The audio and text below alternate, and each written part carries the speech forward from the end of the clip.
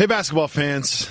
Basketball season is back, and you know exactly what that means. It's time for you to put your basketball knowledge to the test with one-day fantasy basketball at DraftKings.com. You don't draft a whole team and you're committed to it the whole season. Just one-day fantasy basketball at DraftKings. You can be part of the action every single night. With DraftKings, there are so many different ways to play. You can choose between a public contest where everyone's in it, you're all vying for a huge cash prize, or you can invite your friends and just have a private contest where you can take on your friends. DraftKings has beginner and casual contests where you'll play with people of a similar skill level. You will not start swimming with the sharks. You will develop your skills first. Drafting your team is super simple. You select 8 players to play that night, and you stay under a $50,000 salary cap. The best part is you draft a new team every single day. You get points the way they get points: scoring, assists, block, rebounds, steals, and other stats. There's no better way to turn your love of basketball into cold, hard cash tonight. Hurry to DraftKings.com now.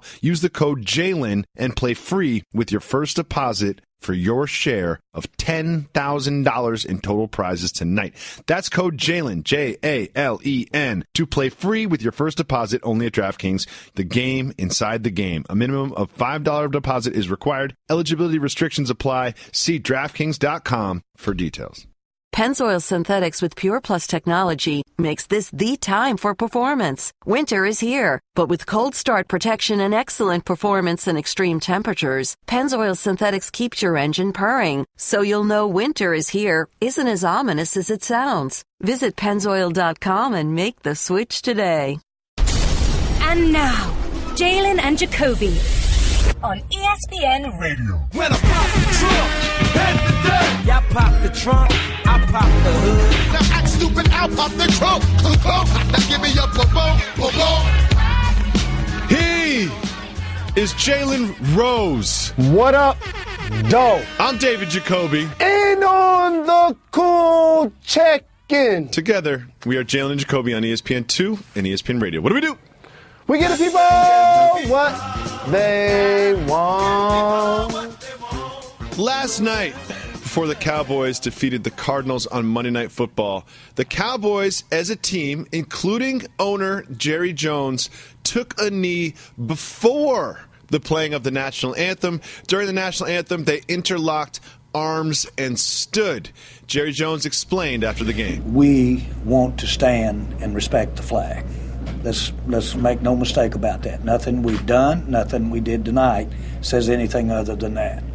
But we also, as a complete team, and those players and organization, want to be able to, when we can, demonstrate that unity is important and equality is important. And so the thing that I'm so proud of these guys for, they did both.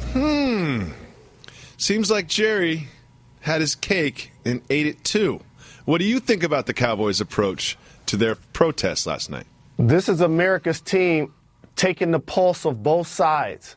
Those who oppose any way, shape, or form, individuals not standing or raising a fist during the national anthem versus the players in uniform who were recently called SOBs by 45 and taking the temperature of that room as a billion-dollar conglomerate and saying, how can I please everyone without necessarily upsetting everyone? And so this is what they did, which is why, by the way, I would never be the person in any way, shape, or form to criticize somebody that's talking about unity. That's what he talked about in the press conference. That's what the gesture represented. So I applaud all individuals. I'm not going to judge in any way, shape, or form how it was done. But I did look a little closer. I think that was Rob Marinelli, who was bent over. He might have knee problems. That might be knee problems. No question. It made me think, man, getting old sometimes ain't fun, you know? Because I'm pretty sure he would have loved to be down on one knee with the rest of the teammates and the staff. But in all honesty, it was a gesture that was booed by the road crowd and the Cowboys fans who were in attendance.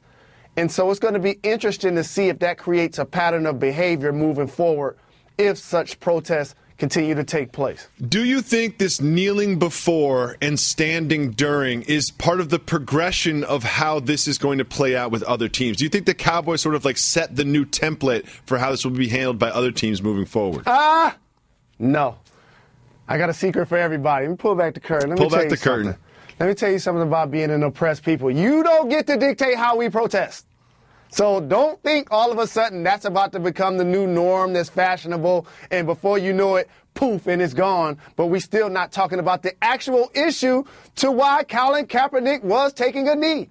He was talking about social injustices, inequities that take place amongst people who are black and brown. That's what it was all about. And so while we're discussing the flag and we're coming with a lot of buzzwords, we can't get away from the actual issue because it still permeates throughout our society, especially when in Cobb County, there's a cop pulling somebody over and says, oh, by the way, you don't have anything to worry about. You're not black. We're not going to shoot you. As long as that's still happening, then I think the protests continue.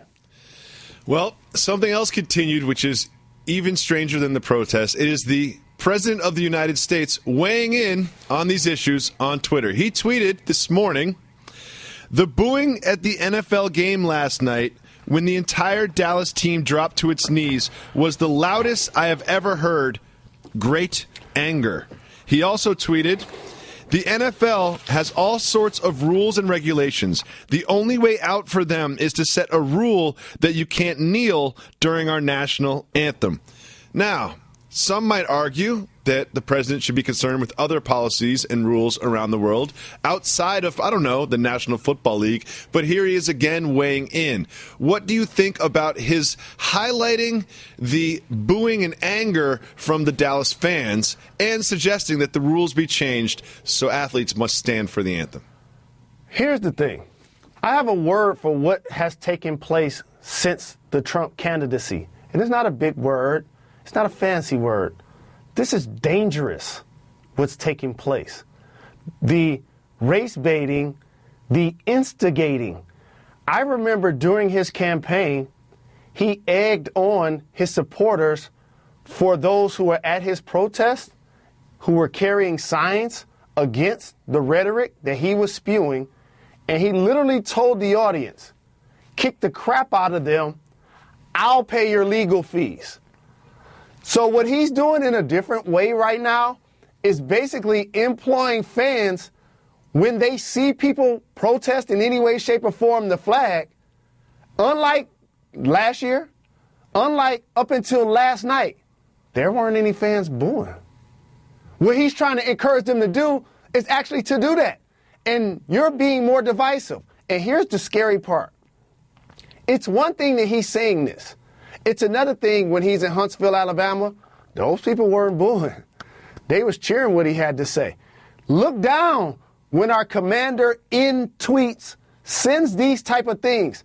There are individuals walking this face of the earth that are liking them, that are retweeting them. You know what that means? It's an endorsement. And it's really unfortunate that the leader of the free world continues with this behavior. Especially when there is so much going on in this world, especially with the natural disasters and the North Korea impending conflict and, you know, the healthcare reforms. There's so much else going on in the world that our president decides to wake up in the morning, review some footage of a football game, and focus on that is just baffling to me. Something that is not baffling to those that listen to Jalen and Jacoby, but is news to everyone else. It's time for Broken News. To everyone else, it's breaking news. To Jalen and Jacoby listeners, it's broken news. Well, you'll never believe this news that hit the respective wires of sports media outlets around the world. Started with this tweet from the Woj. Woj tweeted, Dwayne Wade plans to sign with Cleveland once he clears waivers on Wednesday. League sources tell ESPN. Jalen Rose. For anyone that listens to this program knows that we have considered him a member of the Cleveland Cavaliers for months now, and now he finally is. But I want to move this conversation forward.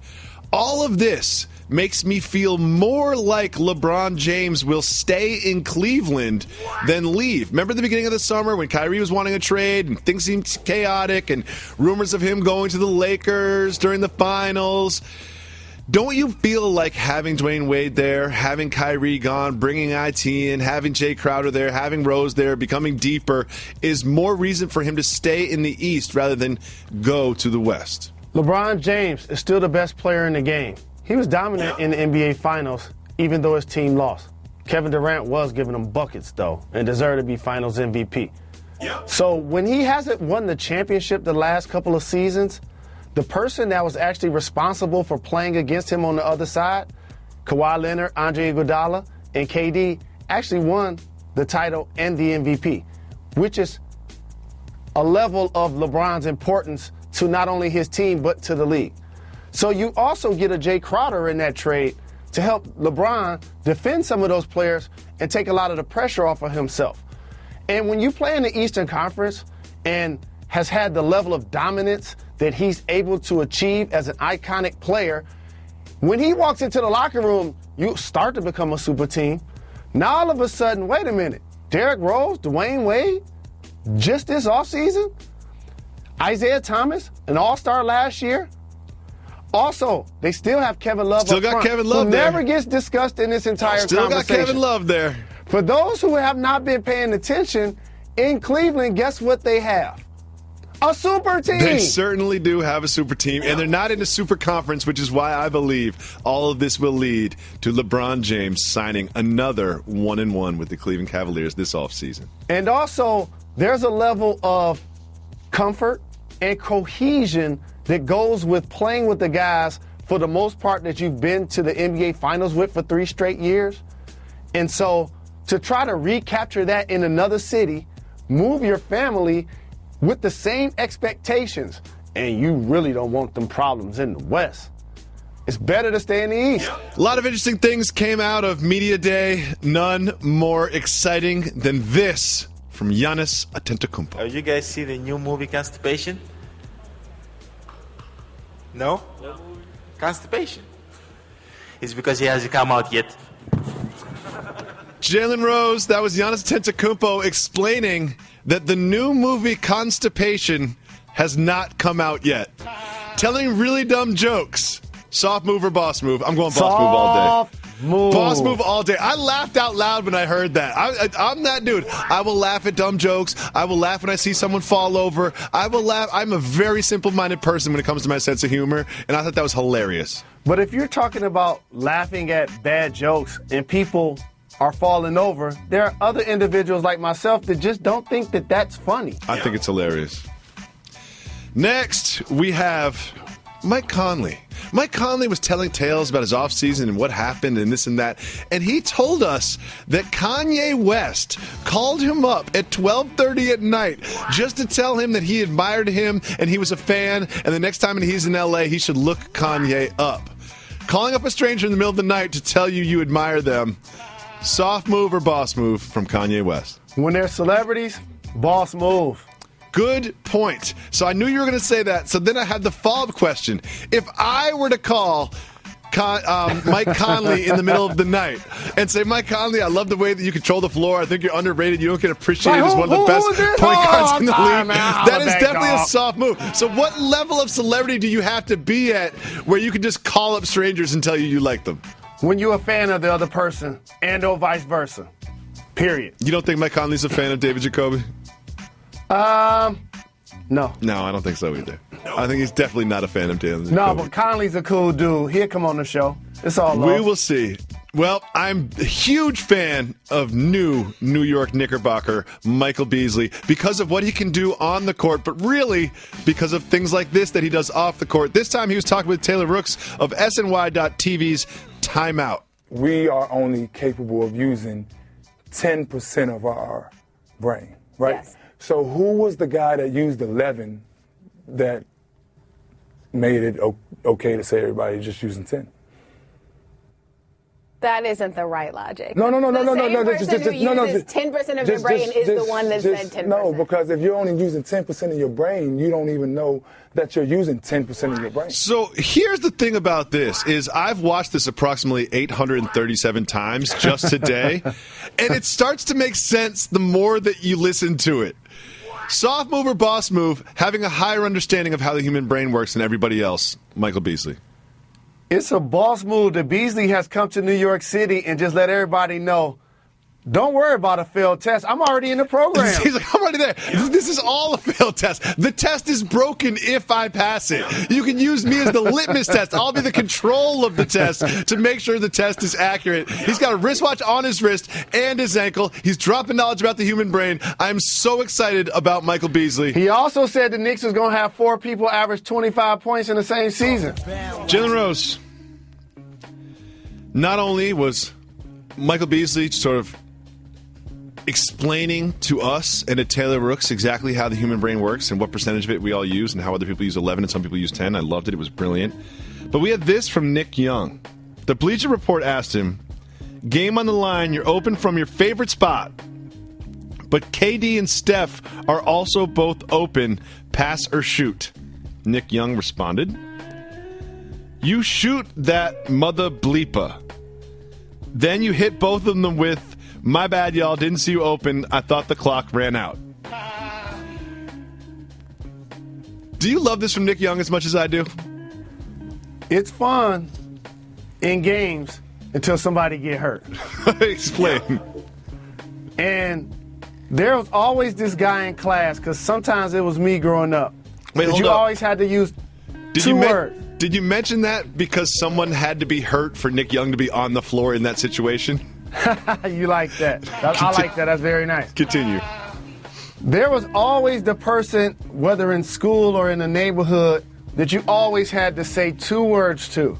Stop playing. Stop playing. I knew those were going to be the 2 words. Right. Stop playing. And so, while he's also a professional, and you hope that he would be able to step up, make a play, if and when given the opportunity, the clear answer, we know what it is. You give up a good shot to get a great shot. And him being open, that's a good shot. Steph and KD being open, those are great shots. Another thing is it's also, first of all, why are you on the floor, Nick Young, in the first place? What happened to Clay? First of all, we should be checking on Clay right now. Okay. Second of all, where are the defenders if both the ball carrier and the 2 former MVPs are all open? Like, who are they? Were they tripling down on Zaza? They're surrounding Draymond Green. Like, how's this working? Out there. Oh, that's an easy one. A 2004 Raptors out there. Whenever that was. You have no idea. Don't you just wish that he scored 79? I feel like if he scored 79, this wouldn't even follow you around like this. It wouldn't follow me around if I still weren't a public figure. That's fair. Shout out to you for being relevant. Shout out. Well, first of all, we have to celebrate the great Ric Flair. He's had some health issues recently, but now he's back doing media, talking just as crazy as he's always talked. And he had an interesting thing that he said. He said that he has, in his day, up to this point in his life, bedded 10,000 women. What? Jalen? What? How do you think he could make this claim? How old is he? I don't like follow-up questions, but I'm assuming he's over, let's say, over 55. I'll look it up right now. We'll look it up. So, times have changed for the youngsters out there. Yes. There was a time where, the diseases were different, the contraception was different. He's currently 68 years old. Looks great for 68. I wouldn't deny any gentleman trying to put a high score on what he felt like he's accomplished in the bed. I lose track of anything over about 60, so I don't know how he got to 10,000. But there are certain numbers that just aren't attractive. And so that's one of those things that it sounds really nice when you're in the locker room amongst guys or having cold ones at the bar. Yeah, but when you're at the bar meeting this new stranger, maybe she's 27 years old and she's not that familiar with your work and she Googles you while she goes to the bathroom and she sees this, she's not going home with you. And you know what, Jalen? You know why I think you're going negative on this? Because Ric Flair is the same person that claimed to have bedded Halle Berry.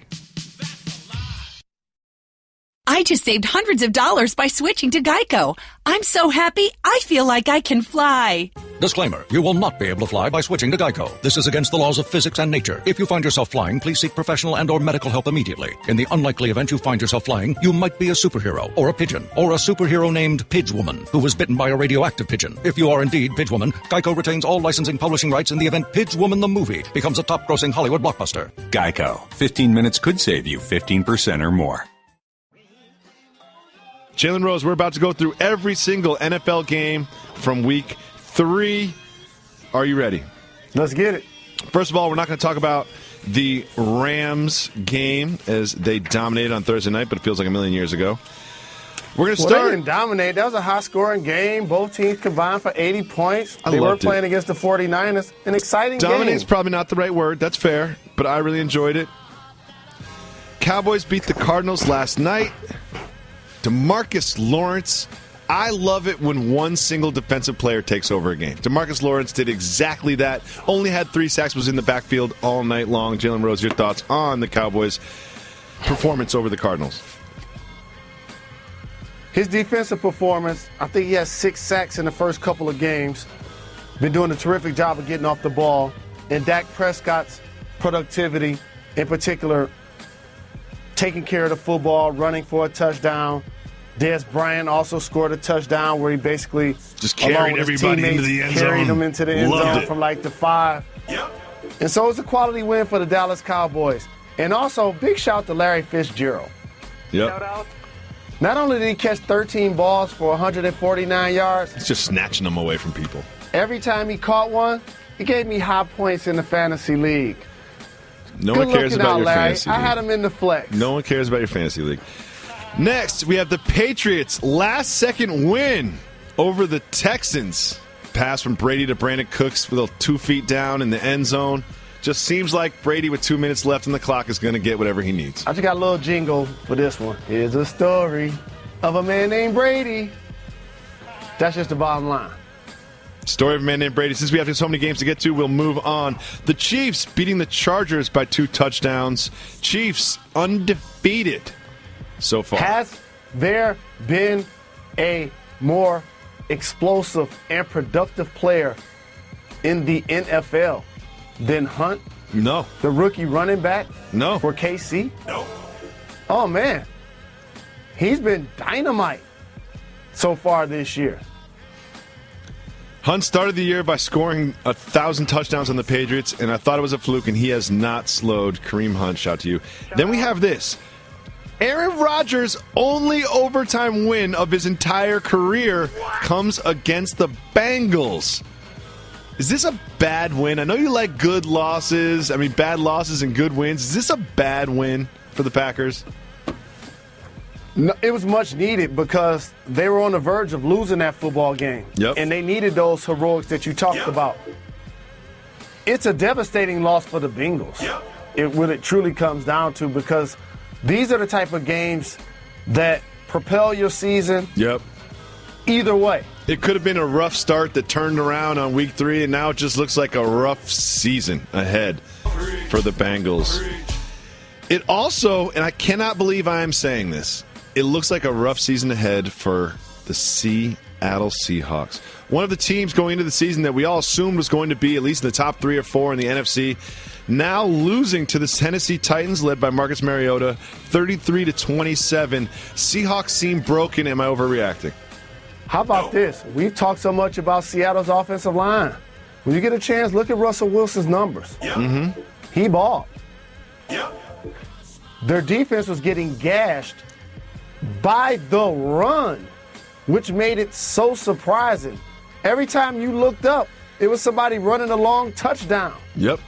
And so usually a team that's led by that side of the football, to lose in that fashion, I agree with you. There was a lot of soul searching after that game, probably even a team meeting or 2. A lot of soul searching all Sunday long. We'll start with another losing team that had to do some soul searching. The Giants, after a furious comeback in which it really felt like they had all the momentum on their side, so there was just a few seconds left. They gave up sort of a fluky reception down the right sideline that led to a 61-yard field goal attempt. The question was, should they even attempt this field goal? Rookie kicker comes out, nails the 61-yard field goal attempt, crushing Molly Karam's feelings. Absolutely, man, it killed my day. How about this? A lot of people saw, because it was so flagrant, Odell crawl on his knees and use the bathroom on the hydrant. But people didn't pay attention to Sterling Shepard on his long touchdown did the portrayal of doing a number 2. Oh, I missed that as well. So they had their celebratory situations all in tow, except the Philadelphia Eagles were about winning the football game. You know what? Early in the show, I said how much I love dumb humor. Bathroom humor never really plays. Like, you know, it's not that funny. No, I agree. I said that, and we did like 15 minutes last week on the Mad Pooper. But anyway, moving on. Well, she wasn't in the bathroom. The Falcons beat the Lions. I don't know if you watched that one. You might not have noticed. Yeah. It came down to, we'll move on. The Bears beat the Steelers in overtime. What a weekend. Like, it seems like every game it involves these teams that at the beginning of the season we assumed were going to be at the top of their class, losing to teams that we assumed would be at the bottom of their class. You know, on every show I always talk about, man, it'd be nice to get a list of players that was in the league this year that's not last year. You can do that on email, off the air. You know what I mean? You can just send that a nice, well-worded email to our producers and give some examples, and I think that would be more effective. This is a bad loss. Yep. Because while we're still talking about the fiasco, which became of what to do during the protest of inequality in our country that now has been equated to how you handled yourself during the national anthem, the Pittsburgh Steelers overall, their message got diluted because they ended up not being on the same page and ultimately coming out a couple of players, Villanueva, Big Ben, issuing apologies to how it was done and acknowledging that this week they'll do it a lot different. They botched that one. The Raiders also botched their performance against the Redskins. They lost by 17 points to the Redskins. The Raiders, whose offensive line has been so highly touted, did not look that strong. Jalen, your reaction to the Raiders' loss to the Washington football team? Well, a couple of things, and this is what's great about football. I have 5 teams that people who love the game, fans, media members, ready to leap on these bandwagons, and they all lost this week. Yep. The Raiders, Pittsburgh, Seattle, Detroit, and Tampa Bay. Detroit. Man, we won one playoff game in 60 years. Ain't nobody jumping on our bandwagon after 2 games. Matt Stafford's going to be the MVP this year, please. That was you in Vegas. Jaguars dominated the Ravens 44-7 in London, so no one noticed. But that was a pretty impressive Bortles performance out there. It was. But here's the thing. I got a question for you, NFL. Hey, when you make us look for the game, guess what? We're not going to watch it. Yeah, don't make it hard. Don't stream it. Don't make me shoot my phone to my TV screen. I'm not doing that. It's early in the morning. I got 3 kids. I don't need tech problems. Moving on, we don't have much time left. The Saints beat the Panthers. 2 teams that are headed in different... I was going to put the Panthers in that category, but, man, Cam doesn't look like himself. Cam does not look like himself. No. Who knows who Cam's true self is? I think he needs some time to get back from that shoulder injury. Yep. The Vikings, again, I love these Vikings. Case Keenum leads the Vikings. It seems like they could put anybody in at quarterback and still win games based on their skill players and their line and their defense. Don't sleep on that Stephon Diggs now. Nope. The Bills beat the Broncos in another game where you're just like, what is happening with the NFL? What happened to the NFL this weekend? And not only that, not only did the Bills beat the Broncos, the Jets got a win this weekend, beating the hapless Dolphins. It looks like the love affair between Jay Cutler and the Miami faithful might be ending soon. They still going to give him that $10 million. Jacoby Brissett led the Colts past the Browns. How long do you think it will take before Jacoby Brissett becomes not just the face of the franchise, but the face of the NFL? I don't think that's ever going to take place.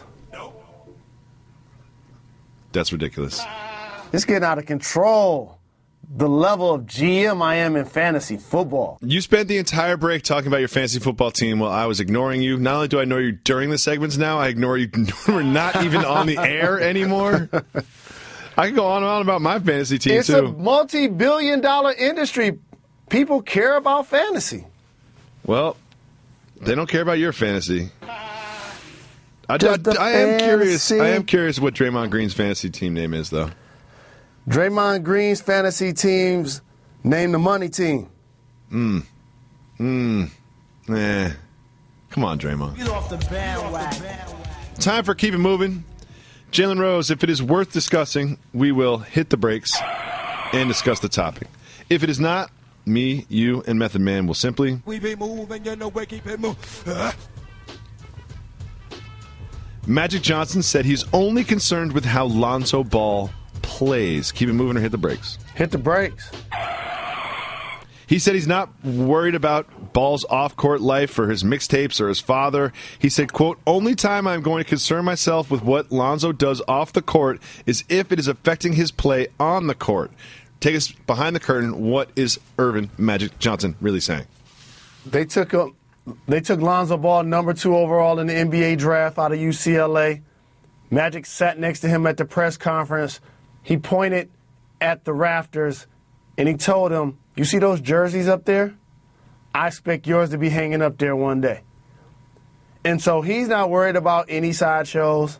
He's not worried about Big Baller Brand, whether it's going to be a distraction or not, because the games still have to be played. And you know what's going to take place when he goes on the floor? LeVar's going to be in the stands, not in uniform. Mm-hmm. So based on that, Magic Johnson is not mad at a guy that's marketing himself, that's promoting himself, that's creating coin for him, for his family.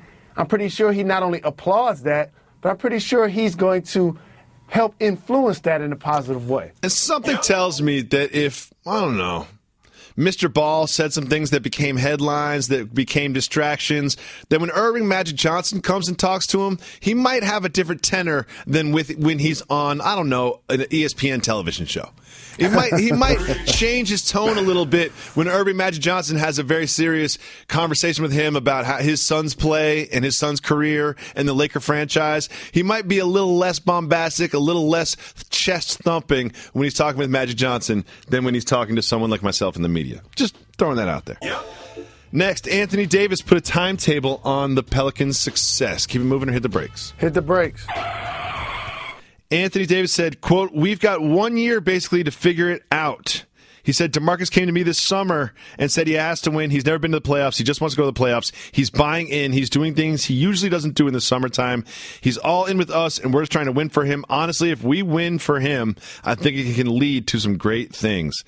You know what this sounds like to me? He got the timetable wrong. Mr. Davis, it's not that you have this year to figure it out. You have until the trade deadline to figure it out.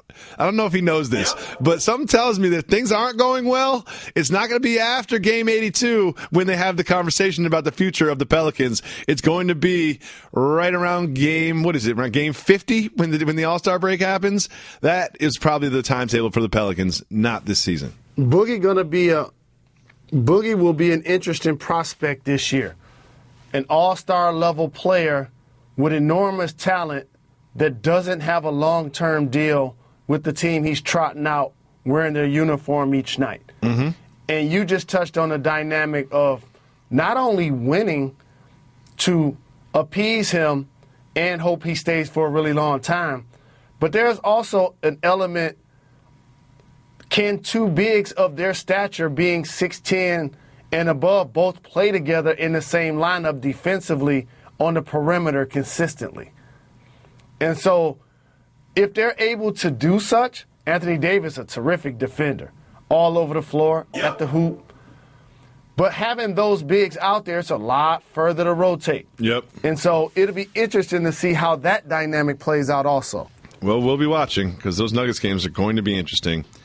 Yep. This is interesting as well. We all celebrated the Denver Nuggets and their new front court, and they brought in Paul Millsap, an all-star level player. They're developing Jokic, who's one of the most exciting young players in the league, the way he can pass, his skills, his size, his finishing around the basket. Well, seems like everybody forgot about Kenneth Faried except for Kenneth Faried. He said, quote, or actually, keep moving and hit the brakes. Kenneth Faried is kind of upset with the Nuggets. Hit the brakes. Of course. He said, quote, I'll just put it out there for everybody. I'm not a bench player. I've been saying that for the longest. I'm a starter. When asked about his status with the Nuggets, he said, quote, I love to hear the crowd when I'm introduced as starting forward, number 35, Kenneth Faried. Yes, that's me, 100%. That's been me my whole life. I'm going to fight for a starting position. I'm not going to lay down and let somebody take it. I like his attitude, and he will tell you those jobs aren't won in the media. And initially, he got a big-time contract. It was well-deserved. A nickname, the Manimal. It seemed like there were nights where there were two versions of himself out there. He was hustling, getting boards, blocking shots, catching lobs.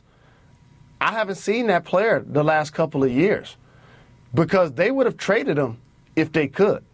So bringing him back with the squad, with the additions that they have, in particular Millsap, who they play the same position, it could add depth if he's a productive player and he carries the attitude you just described. And so this is why the Nuggets are a team that people are likely sleeping on because they were knocking on the playoffs door last year. Mm-hmm. Dwayne Wade is officially signed with the Cleveland Cavaliers. But here's the thing. To everyone else, it's breaking news. To Jalen and Jacoby listeners, it's broken news. I don't even feel like updating that as real news. He's been on the Cavs on this program for months now. Right. So just because Woj said it's ink to paper, it's like we've already been there. We've already done that. So let's keep it moving on that news. We be moving, you know, we keep it moving. Mavericks owner Mark Cuban loaned the team plane to J.J. Barea. Keep it moving or hit the brakes. No, I'm going to hit the brakes. I'm going to hit the brakes on that. He actually gave the team plane to J.J. Barea. I set you up there. So he could assist with Puerto Rican relief efforts. J.J. Barea is a Puerto Rican, so he used the aircraft to transport food, water, and supplies to his native island based on the Hurricane Maria recovery. Big Prayers shout. and well wishes to everybody affected by these natural disasters, as you acknowledged. Shout out. Joakim Noah says this whole season is about redemption. Keep it moving or hit the brakes. Keep it moving. He got a big contract last year. He got injured. We'll see what he's able to bring to the table playing alongside of Cantor as well as KP. Aaron Judge hit 2 home runs on Monday to give him 50 on the season. Keep it moving or hit the brakes. Hit the brakes. He passed Mark McGwire for the most by a rookie in Major League Baseball history. He's also joined by Babe Ruth, Mickey Mantle, Roger Maris, and Alex Rodriguez as the only players in Yankee history to hit 50 home runs in a season. He started off so hot, then after the All-Star break, it seemed like people had figured him out. He broke records for striking out so much. And now he's back as a potential MVP candidate. What do you feel about Mr. Judge and his future in pinstripes? Amazing. Anytime a rookie can come in and hit 50-plus home runs in a season, that's outstanding. There will be critics as he moves forward, and rightfully so. You want to get your game up, continue to improve, talk about his live ball numbers and his average when he's not knocking the baseball out of the park. It just so happened that usually that's actually what he's doing. I'm Jody Avirgan. Have you heard of Blue Apron? Well, now you have. Blue Apron's mission is to make incredible home cooking accessible to everyone. The country's #1 fresh ingredient and recipe service, fresh, high-quality ingredients make the difference, so it's important to know where your food comes from. Plus, it's affordable, easy, and full of surprises. Check out this week's menu and get your first 3 meals for free with free shipping. Go to blueapron.com/30 for 30. Jalen Rose, the NCAA has problems, big problems, FBI probe problems. Since 2015, the Federal Bureau of Investigations has looked into corruption between college coaches, sneaker representatives, financial managers, and they have unearthed some criminal charges. Here is U.S. Attorney June Kim addressing the charges. The picture painted by the charges brought today is not a pretty one. Coaches at some of the nation's top programs soliciting and accepting cash bribes. Managers and financial advisors circling blue-chip prospects like coyotes, and employees of one of the world's largest sportswear companies secretly funneling cash to the families of high school recruits. Jalen Rose, cash going to families of high school recruits that'll steer them towards certain colleges. Cash going to college coaches that will steer players towards certain agents and financial managers. You've been around this game. You've been a student athlete. You've been a professional basketball player. You know everything about this. When you hear these charges are levied down, what is your reaction? Oh, it feels like a ticket for jaywalking. That's what it feels like. Have you ever gotten one of those? No, I have not. Okay, when you jaywalk, do you think about it? No, I do not. Okay, that's how I feel about these charges. Explain. Here's the thing. The NCAA's sole purpose continues to be one that makes sure that, that the families and the players don't get paid. That's their goal, right? Okay, but the NCAA is a 501c3, a nonprofit, multi-billion-dollar conglomerate on the backs of the student athletes, especially the revenue-generating sports, in particular, basketball and football. Let me tell everybody something. Please do, Mr. Rose. When you're a high-level recruit, when you're talented at anything, you're going to get special privileges. You want to get recruited by a major college? Guess what? All you got to do is get a great grade point average and do really well on your ACT and your SAT. And you know what people are going to do? They're going to recruit you like you're an All-American athlete. That's how this works, regardless of your field, regardless of your trade. And so now, sneaker companies, they understand that. This has been going on for years. When you look across the country tomorrow, pay attention to the relationships that are in tow. If a certain shoe company is representing a certain high school, let me see who they got on their team. Oh, okay. That's just how the game goes. And let me take it a step further. These summer camps, they're sponsored by shoe companies. So these relationships happen over an 8-year period for the most part, where you're getting to know the shoe companies, you're getting to know the players, you're getting to know the coaches, and or vice versa. At that point, when you become a recruit, especially if you're a high-level recruit, that's just how it works. Agents, runners, everybody's trying to get into your inner circle and try to steer you one way, shape, or form towards their goal and your goal. Because ultimately, I heard the term coyotes. Let me tell you something. If you don't give me $100,000, I'll be a coyote. And by the way, I'll sign a letter of intent right now. This has been going on for ages. For youngsters, Google any cases of fiscal dynamic where money's changing hands for a recruit, for a family member. There have been 30 for 30s on this topic. Yeah, so these are essentially $100,000 kickbacks on multi-million-dollar deals, something which happens in all levels of business. But here's my question for you, as someone who understands this better than most. Is this, hey, guess what? They're cracking down. They're going to do something about this. They're going to fix this, and they're going to eliminate the corruption. Or is this, a couple people got caught, but just like jaywalking, this is a practice that will continue until the end of time and started at the beginning of athleticism, and this is never going to change. What are your thoughts? Everybody get a percentage from the athlete the entire time. The coaches are put in a position of leadership to nurture a player, to allow them to be the best they can be. And a lot of times that becomes a parental figure in your life. So of course you're going to lean on that person for advice. The same with your college coach. Your college coach is able to get money from the school, the shoe company, the TV deal, the radio deals, the endorsements, the appearances. And so at some point, again, when you're a collegiate athlete and it's time to pick an agent, it's time to pick a financial advisor, you might as well ask the guy that just coached you the guy you see getting multi-millions of dollars. So during this decision-making process, how aware are you that you may be being manipulated by someone who's financially motivated? 100% aware, because the other thing you always ask is, who else do they have? Mm-hmm. Who else does the agent represent? Who else is signed to the shoe company? Who else is going to sign the letter of intent? Oh, by the way, this is what drives the business. This is how the industry churns over and over again. And so what this sounds like to me, set up.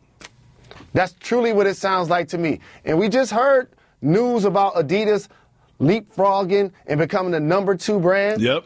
All of a sudden, now we hear this. This, to me, sounds like dirty pool.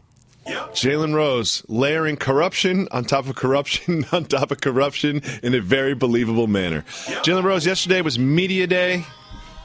All of the NBA players dressed up in their uniforms, a lot of new uniforms on older players. You didn't like the players in their uniforms at the press conference. I saw your tweet. It just seems silly. It seems silly. It just it's kind of like reminds me of the manager wearing the uniform at the Yankees game. Like, you can wear a team-issued hoodie or whatever. I understand Nike's the new, they get the swoosh out there, and some of them have new patches on there, and I get all that. There'll be plenty of time to take press conferences in your uniforms at other times. I know you're going to say, oh, they took pictures and they did all their media for their video boards and all that other stuff. But before you go to the podium, I'm most comfortable wearing like a hoodie or wearing a long sleeve t-shirt or a t-shirt. I feel silly wearing a tank top that's made for performance athleticism when I'm just answering questions from nerds like myself. You said a lot of what you like. Let me tell you how it actually works. No one cares how it actually works. People care. People don't want to hear from the guy who was in the league for 20 years. People don't want to hear from the guy who was in the locker room about how it really works. People want to hear from the guy who's been on his couch talking about the people that have been in the locker room. That's who the people want to hear from. But I suppose I should share the stage a little bit with my co-host, so please cook while I sleep. It works like this. This is team issue gear, and we need you to wear it. Okay. That's the conversation. Do they dictate what socks you wear? What flair do you get to put on it? How high or how low? Okay, what about hoodie Mellow? Mello's like, I'm leaning into this hoodie Mellow thing. I'm going to wear a hoodie underneath the uniform. Soft move or boss move, wearing the under the uniform? It's a boss move to own your alter ego. No. See, I'm going the other way. It doesn't feel organic anymore. It feels like he's forcing it now. That's how I feel. Like, I kind of feel like at first it was natural. He actually explained the origin story of Hoodie Mellow. He said that he wore a beanie because he was cold one day, didn't have a haircut, and then he liked the way it felt, and it was warm, so they started wearing the hoodie. But then people started calling him Hoodie Mellow, and now he's wearing a hoodie underneath a uniform. Like, that is extremely uncomfortable. Typical media guy. What? I got you right Intelligent, now. observant, understanding, eloquent, articulate. That's what you mean by typical media guy, right? I'm about to grapple you right here. How about this? Okay. So let me get this right.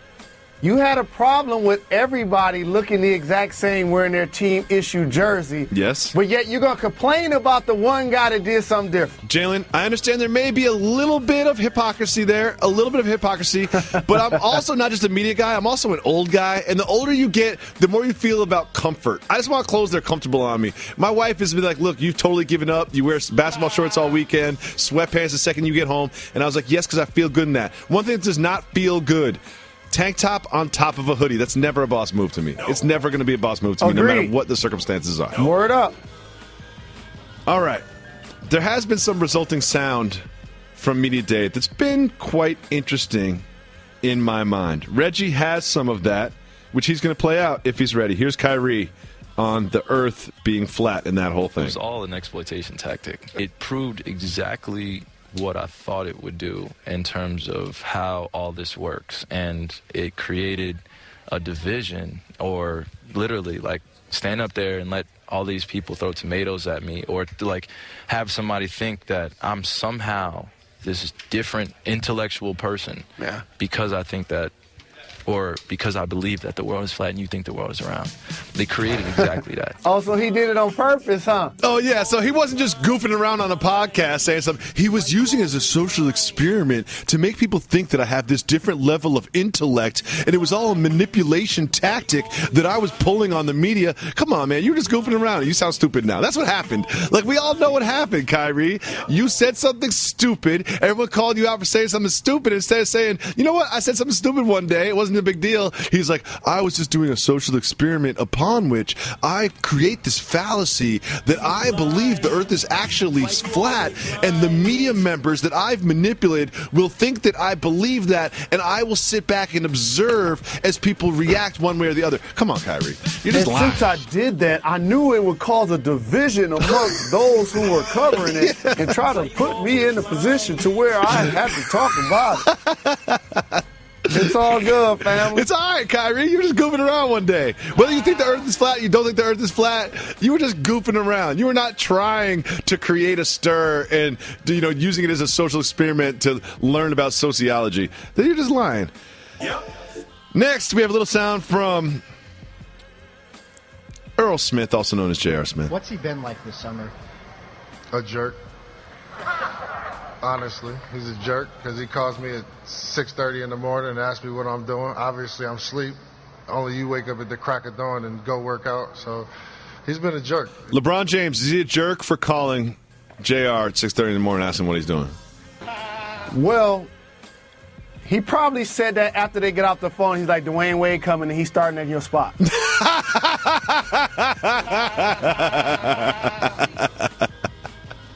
Dwayne Wade's going to start your spot, JR.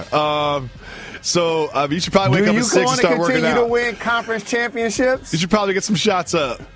You should do that. I'm going to get you, Coach Lou's going to get you the same amount of looks coming in off the bench. You and D. Rose. Your money's not going to change, JR, but your minutes are. Money's going to stay the same. Minutes are going to change. Another thing, though, just because, I always look through it through the lens of a parent. He's got a new child at home, Dakota, miracle baby that was in the NICU for a long time. He's got a brand new child at home. Sleep is very important. You know what I mean? You call me at 5 in the morning, but I'm up. I'm an early riser. But when you got a new baby at home, all bets are off. You got to wait until at least 7:30 a.m. before you start calling Bron. Come on, Bron. And JR, Dwayne's definitely going to start over you. Now we have Hoodie Mello about his potential starting position in Oklahoma. Or even coming off the bench. And the second question is... Who, me? Oh. I guess that answers that part. I don't know where that started, where that came from. Hey, P, they said I got to come off the bench. I love who his did he response. call? Hey, who? P. I think he was talking to Paul George. Got it. Who was adjoining. He's not coming off the bench. He didn't waive a no-trade clause to come off the bench. So here's something that functions in a team dynamic. And I'm not going to overstate this, but I just want to use this as a team teachable moment. Yep. So if you feel like that about coming off the bench, man, the guy that actually comes off the bench, you now have demeaned publicly what that role truly means to a basketball team. Oh, that's nice. I like that angle.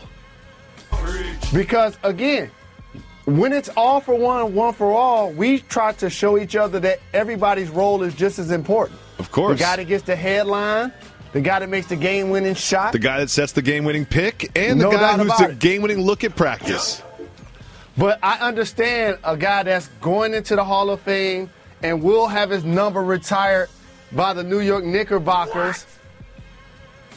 What? Now you just feeling said a certain type of way about that question. Now, see, the Hall of Fame thing I'll let you get away with, but they are not retiring 7 in Madison Square Garden. I promise you that. Based on what he did while he was there, not gonna be able to do it. Sometimes you just say stuff to see if I'm listening. I understand the Hall of Fame. I'm not even listening then. When you say number retired, it's like, oh, hold up. You just seen if I'm listening, aren't you? Put number 7 in the rafters at Madison Square Garden. Please. I'll put Steve Novak up there before I put Carmelo up there. Please. We're putting David Lee up there. We'll put Jalen Rose up there before Carmelo's up there. Get out of here, man. I'm done with this segment. I'm out of here. If you call 985-80-JALEN, you can leave us a voicemail. Leave us a voicemail. We'll play it on the show. Ladies. Hey, ladies. It is Tuesday.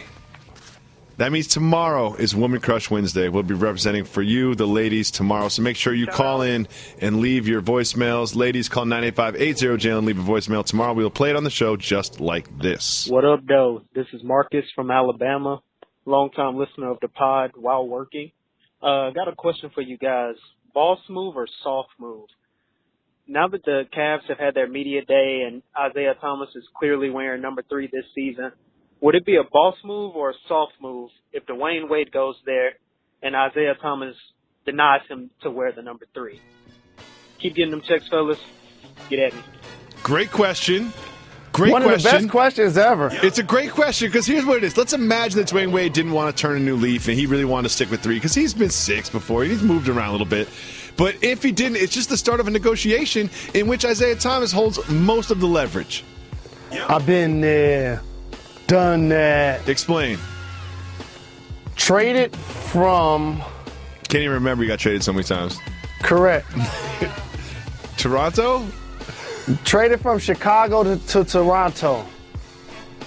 Someone already had number 5. Okay. Whoever it was.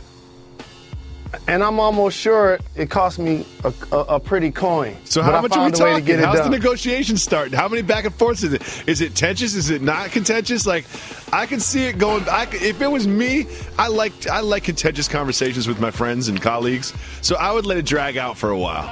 I would tell you how important the number 5 is to me and how I've been playing so well with it, and I don't want to mess with a good streak. That just to drive the price up. I would drive the price up. But also, like, it all depends on who. Excuse me. It all depends on who has the number. Mm-hmm. Did Isaiah Thomas wear number 3 in Boston? No. So therefore, he's changing his number because of something that he feels is sentimental to him.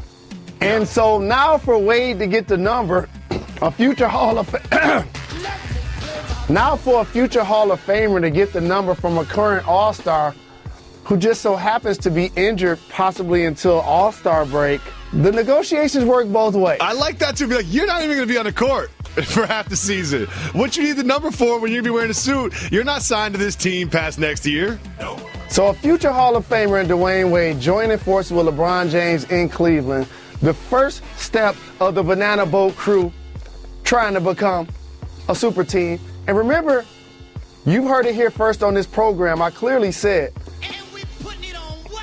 Isaiah Thomas may have to end up on his 3rd team in 3 years to get his big deal.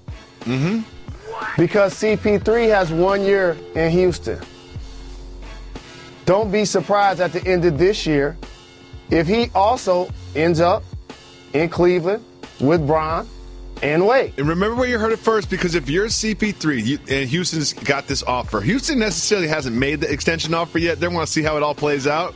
If it doesn't go great, maybe it's an injury, maybe it's an early exit from the playoffs, and maybe Houston's saying, you know what, maybe James Harden is the point guard. Maybe we don't need this secondary ball handler on the team.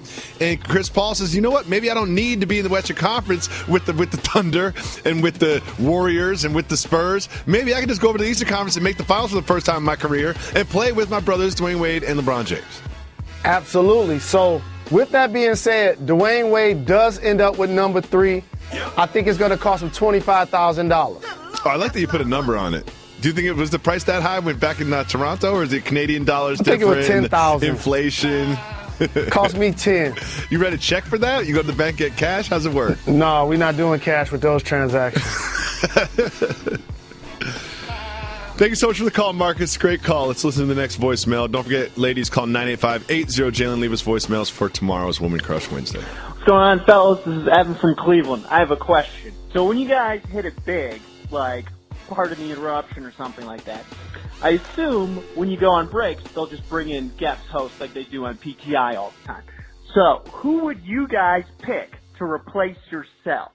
Jalen, you have to pick a former basketball player. Jacoby, you got to pick, no offense, a non-athlete. I'd be interested to know what you guys think about that. Shout out, Reg. Keep giving the people what they want. This is easy. Can I go first? Of course. If I was going to replace this program, it would be Charles Barkley and Bill Simmons. Oh, yeah. That's easy. That's easy. Light work. Charles Barkley and Bill Simmons. The salary's got to go up, though. You know what I mean? Because some tells me that Charles and Bill are going to demand a little bit more in the marketplace than Jalen Jacoby. So we might get a call. Be like, I know that we canceled y'all last week, but we decided that maybe we want to reignite this reunion and see what happens. No replacing Jalen Jacoby here on ESPN Radio. Thank you so much for the call. Nobody. Evan in Cleveland. Let's listen to the next voicemail. Hello, Jalen and Jacoby. Big fan. Listen to the podcast every day. So I just saw on the news that BOB is starting a fundraising to see if the earth is flat. And I just want to ask, why do we care? How does this affect us? What if we find out that the earth is the shape of a pizza?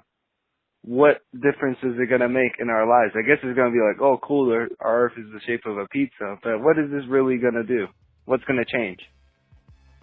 Just answering, just here asking a question, wondering why people are so interested. Keep up the great work. So this dude just kind of blew my mind. I love this. We have great calls today. I love this call, too, because this dude just blew my mind.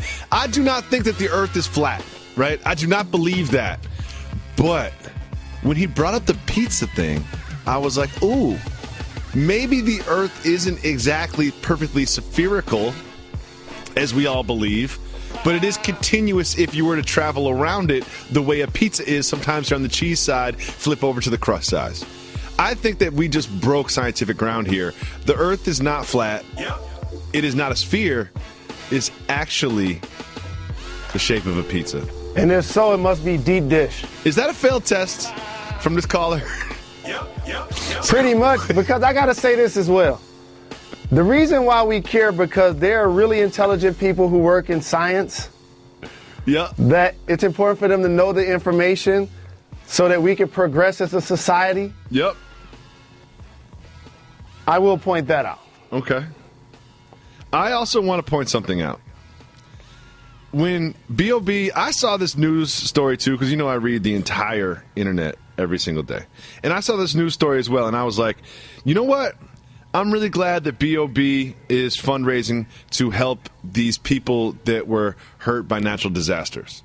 I was like, oh, he's fundraising for Puerto Rico, or he's fundraising for Florida, or he's fundraising for Texas in the Gulf. And then I was like, oh, wait, he's fundraising to see if the earth is flat. B.O.B., while I like some of your songs, you're not exactly Jay-Z, you're not exactly Kanye, you're not exactly Dr. Dre. You're not going to get the same pull in the fundraising world as these luminaries would. And when your cause is, so that you're already not going to raise that much just based on your stature, B.O.B., no shots. Secondly, when your cause is to find out if the earth is flat, now you're losing even a bigger percentage of the people that would have given. Let's say you got 100% of the people that would have given to a cause, and then you got B.O.B. That cuts it down to like 30%. And then the cause is finding out the earth is flat. You're down to like 0.5% of the people that originally would have given to your cause. No shots at B.O.B. No shots to people who think the earth is flat. Oh, wait, tons of shots to people who think the earth is flat. Let's listen to the next voicemail. Hi, Jalen Jacoby. Shout out, Reggie. This is Eric from Peoria, Arizona. Just wanted to give a shout out to lizards out there. Me and my wife had a bearded dragon named Draco. He would greet us when we got home. He would turn his beard black when we didn't turn the lights off at night. So lizards can and are great pets. Thanks. Bye. This Tears of Pet thing is really captured the audience's imagination and passion. We need pictures. One of our producer who doesn't like it when we say his name, but he exists. Curtis? Nope, not saying it. He does not like us to say his name. He just brought up this thing about different tiers of pets. And he established the first tier and the second tier from pets that would respond to you, pets that would interact with you. And it really touched a nerve with those of amongst our listeners that do happen to have tier 2 pets. A bearded dragon I would consider to be a tier 2 pet. However, this gentleman in Peoria, Arizona, thinks that his bearded dragon is actually a tier 1 pet because it does interact with him. And when you say you need pictures, I do believe he sent us a tweet about 2 days ago with a picture of his bearded dragon. And his fiance, Beautiful family. Beautiful family, tier 2 pet. I'm rolling with you also on tier that 2 one. Pet. Come on, it's a lizard. It's a lizard. But I guess he gets tier 1 attention. Yeah, you can give a tier 2 pet tier 1 attention. It's just not giving you tier 1 attention back. Wait till you have a kid. You'll forget that Draco ever existed. Let's listen to another voicemail. Yo, Jalen and Jacoby, what's up? My name is Shamani from Rockford, Illinois. And Jalen, I had a quick question for you. Now, NBA 2K18 just dropped last Friday. Well, I believe 2 Fridays ago to be exact. Not too sure. I don't fact check. But have you seen the rating on the all-time Indiana Pacers team? They're pretty jacked. They got you at about an 87 with like 25 badges, balling out. And I like you, Jalen Rose, and all. Real talk, I really do. But I don't think they should have rated you that high for somebody who's never been a career All-Star. I don't know. What do you think? Shout out, Reg. Keep giving the people what they want. I love the podcast. I'm planning on trying to make one myself. Peace out. See, he did a thing that you do. You know what I mean? Where you just you shower with so many compliments that you try to hedge the insult with it. You know what I mean? It's like, I love the show. Your whole team is jacked. They got you on there. But for real, you should be an 87. It's just like, thank you for the compliments. I guess Shamani from Brockford, Illinois. Shout out. Yeah, I have nothing to do with it. I mean, hey. It's a nice number, though. 87's a nice number. 87's a nice number, yeah, Jay. I mean, I can understand. Here's the thing. If I was a 97, I could see him complaining. Exactly. Like, that's not even but a B+. 87, that is playing at an all-star level. But more importantly, it's about what's the strength of my game. So I would think the strength of my game ain't to be a lockdown defender. No. But if I'm an 87, I should be getting buckets. You're getting buckets. I think they have you way too high as passing. You know what I mean? I think that's what throws off your number. They have your passing. I saw someone sent me a screenshot. Your passing's pretty high. I've seen a lot of Jalen Rose highlights in my day. Don't remember a lot of dimes. People underestimate the fact that that was one of my better attributes. Okay, that's what you think. Okay. You know what my career high in assists is in a game? In a game? Here's the thing is I know you probably woke up one day and decided to get your career high in assists. What do you think my career high of assists in a game is? You played a lot of games. I'm going to say 16. 20. Really? And I also had about 20 points in that game, too. Good for you, Jalen Rose. One more voicemail. Don't forget, ladies, call 985-80-JALEN. Leave us a voicemail message. We will play it tomorrow in the show. Hey, guys. Nate from St. Louis here. Love the podcast. I listen every day at work, and I'm actually calling you from work. So I recently got a promotion to an executive level position, and so I've started dressing nicer. I'm trying to keep my look real fresh. I took your advice on the undershirt thing and quit wearing undershirts, so it looks much better. Thanks for that. But with that, man, I'm trying to keep, like my look fresh and look good. And so soft move or boss move, taking my shirt off and hanging it up in the stall when I have to go number 2. Also, soft move or boss move, using poopery at work so that I don't offend anybody now that I have a more executive level position. By the way, it gets really cold with no shirt on when you're in the bathroom going number 2. So could you send me a Jalen and Jacoby t-shirt to keep me warm? Hey guys, again, love the podcast. Keep giving the people what they want. Keep getting them checks. God bless. Wait a second. Nate wants us to send him a t-shirt so he could just strictly take deuces in it? Like the way you sleep in pajamas, he wants a specific Jalen Jacoby deuce shirt? Well, he got an office now, so he want to keep it in his office, and every time he go to the bathroom, want to take us with him. And all of his colleagues will be like, oh, there goes Nate walking to the bathroom with his poop shirt. I don't want to be associated with that. Nate, you got to come up with a better reason to get a t-shirt than that. But we got to give him one regardless. A couple of things. Everything you mentioned, both questions were boss moves. One, the potpourri, absolutely. Just because you go in and handle your business, that don't mean the person that follows you need to smell it. I worked with an executive who will remain nameless, and he was like, I can't go number 2 at work. He's like, people look at me as a leader.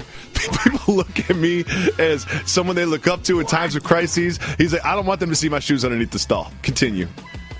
That's one. 2, having the new responsibilities and leadership, that's great. I'm glad you're dressing better. Congratulations to Nate. Being more disciplined. That's what a leader does. Dots the I's and crosses the T's. Shout out. So, yes, it is important to stay fly, stay fresh, and keep that potpourri nearby. Make sure this gentleman gets a shirt, please. I don't know about that, Jay. I don't want to be this. I don't want his uniform of pooping to be the Jalen Jacoby logo. You know what I mean? I don't know if I want to be associated with that. We'll have an off-ice conversation about this during the break. We have a simple motto on this program.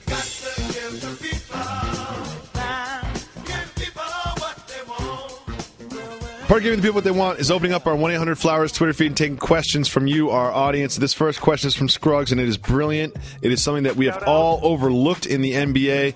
I feel like the Trump tweets and the free agent moves have all distracted us from what's really important, and that is LeBron James's hairline. Scruggs' question is, what happened to bald LeBron thought he was embracing it? There was some social media activity of LeBron James, which he said he was bald, but he wasn't really bald. It was like a zero clip. He had that Doc Rivers kind of like putting green hair going on. And I really thought that this offseason was going to be the year in which he went from faking like he still had hair on top of his head that was surgically put there and actually embracing his natural state, which is bald LeBron.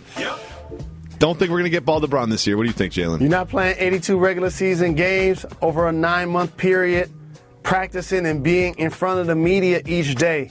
So during the offseason, you got to have time to get it right. Yeah, he's not playing 82 games, by the way. He'll play like 76. You know what I mean? He'll play. You know he's not going to play 82 games. It's LeBron James, please. He's got Jay Crowder there. He's like, that's why he brought in Jay Crowder. Put him in the starting lineup. I'll be in this suit, especially if I'm in Miami. Next question is something I know you love to keep tracks on. This is from Dribble. Dribble Kenshin wants to know, why is Monte Ellis still a free agent? This is one of those topics that, again, there's a list of individuals, if we were able to acknowledge, like, wow, he's not signed currently. Sometimes it's contractual. At this point, you want to be affiliated with a squad. You want to be at training camp. You want to be at media day. So the longer this prolongs itself is not necessarily a great look for, say, a player. And Monte Ellis, he's a guy a couple of years ago was getting buckets in the game. I still think he has that ability, but the game has changed a lot for people who score off the bounce and aren't necessarily three-point shooters. And so it's interesting that he isn't signed, but if he is going to be signed, it's not because he probably is going to be a starter anymore, clearly, which is why he's not on the roster. It's interesting because you look at someone like Rajon Rondo, who's at the twilight of his career. You know, he's bounced around a lot, but his ability to be a point guard, call the plays, run the team, pass the ball, move the ball, address who's open, and those sort of things, you can just do longer than someone like Ellis, who's like, here's the ball, score the ball. You know, and he's not necessarily a three-point shooter. He's not necessarily a great defender, not necessarily a great passer. He's a great scorer with the basketball in his hands. And as you get older and those skills diminish, it's hard to lean back on other things. So it's hard to have a long career as truly a scorer. But he already has had a long career. Shout out to Monte Ellis. I think he'll end up in a uniform this year. James has a question for me, and I'm only saying that because I want to answer it, not specifically written to me. What is something popular now that everyone will be embarrassed by in 5 years? I'll tell you right now. The holes in the jeans. You know what I mean? Yep. We got tattered jeans. People got 35 holes on each leg, holes in the back. It was one thing when you just had one hole in each knee. I could rock with that a little bit. I would never wear it, but I understand it. But you got holes up and down your thighs, holes in your shins. You're paying $1,000 for some torn up jeans. It's just like, we're going to look at pictures of these people, and I'm not talking about basketball players. I mean regular civilians. You are going to look at pictures of yourself. Right now, if you were listening to this, and you wear holes in your jeans, I'm not saying you don't look good. I'm not saying you're not fresh. I'm old. It's not my thing. If I was 24, I'd probably have holes in my jeans too. But what I am saying is this is a phase, a silly phase. You will grow out of it, and you'll be like, I cannot believe I used to buy jeans for $300 a piece that already had holes in them back in 2017. My answer is getting tattoos of individuals that aren't in your family. It's a great point. On your body. Great point. Next, this is from the Ohio U Bobcats. Shout out. I'm not sure it's an official account, but I'll take it. Shout out to them. Butter, syrup, or both on pancakes. And you know I'm on wax saying I do not respect pancakes as a breakfast option. I do not respect pancakes as a food. I think they are a vehicle for other things, such as butter and syrup. They do not taste good by themselves. A couple bites is nice, but I would never want a full stack of pancakes as my breakfast. That being said, butter or syrup on your pancakes, or both. Yep. I'm just going to ignore your diatribe about pancakes because pancakes are great. I think waffles are better. It was more of a monologue. Yep. I say both. Both. Butter and syrup. I prefer both, but as I've gotten more health conscious, I've had to pick, and I'm going with syrup. What? For Jacoby, this is from Chilling the Most. Have you ever been to a job fair? Any advice? I have been to a job fair. I've gotten a job at a job fair before. Shout to Skyride. It's a virtual reality flight simulator housed inside of the Empire State Building. It's still there in some capacity. I worked there for 3 years, hustled a lot of tourists. I had a commission-based system. I was making more money hustling tourists in my sophomore year than I was through most of my career at ESPN. Like, let's be honest, let's be real. So my advice for you going to a job fair is make an impression. A lot of people are going to go up. A lot of people are going to shake hands. Have high energy. Have a cup of coffee. Have a huge smile on your face. And you got to do something to stick out from the crowd. Don't dress crazy. Don't act crazy. Just be enthusiastic. And then these people want to look at you and say, I want that person around me every single day. I want that level of enthusiasm, that happiness, that passion. I want that around me every day. And then once you get the job, you can totally tone it down. Next, this is from our co-producer, the greatest mail carrier in the land, Big Crown. This is for you, Jalen Rose. How does nightlife in OKC compare to NYC? Oh, it's the difference between night and day. Like, it's very totally different. Literally the difference between night and day. Like, you can still find nightlife during the day in New York City. You will not find it at night in OKC. No. Look at it like this. In New York City, you could take a nap, go to dinner at midnight, and then go hit the spot. In OKC, the restaurants closed at 10. I was in Oklahoma City. It's actually a really fun town to hang out in. They get a bad rap. It's not a huge nightlife, but there's some really nice outdoor bars and smiling people and like that little like river walk area. But I was going to a restaurant there. The sign outside normally says like no shoes, no service. You have to wear a shirt or something. This said straight up in huge letters, no firearms. I was like, whoa, the law's different over here. I never knew you had to put a sign outside that said no firearms. Like, I didn't know that was something people were checking for. I was like, man, I'm worried about someone having a firearm now. You had to put that sign out there for some reason.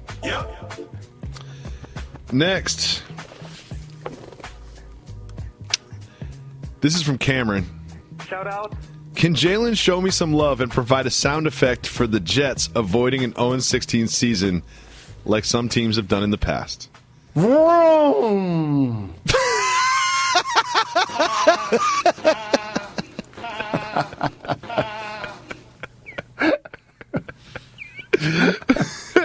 I don't know if I could do that again. I don't think I want you to do that again. Nope. I really appreciate it. I really enjoyed it. I hope you enjoyed listening to Jalen Jacoby on ESPN Radio. Don't forget that you can subscribe to our podcast. You can watch us on ESPN2 and also subscribe to the Nickel Package podcast. It's a football podcast that doesn't involve Jalen Rose, does involve me, so you know it's awesome.